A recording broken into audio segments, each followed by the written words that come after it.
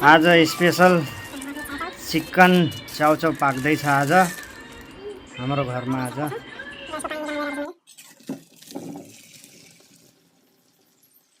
थोरै लसुन गार्लिक अनि यो रातो खुर्सानी चपिङ गरेको छु, अनि यो प्याज पनि चपिङ गरेको छ र टमाटर पनि, र यो चिकनको पिसहरू, अनि यो धनिया।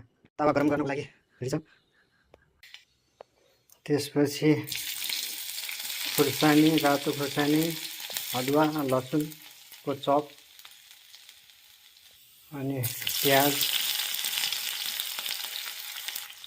अनि यो चप गरेको चिकनको पिसहरू,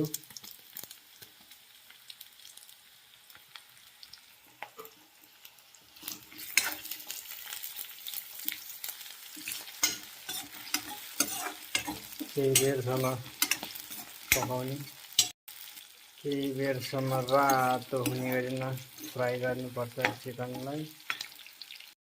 सब गरेर काटेको टमाटरको साथ, स्वादअनुसार नुन। मासु पाकेर रातो भइसकेको छ। म अघि उमालेर राखेको चाउचाउ हाल्न गइरहेको छु।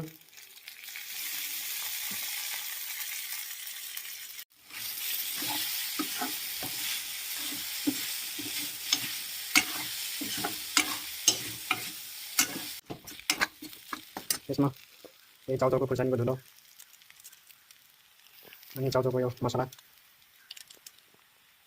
यो धनिया कटिङ गरेको चप पिस भइसकेको छ चिकन चाउचाउ।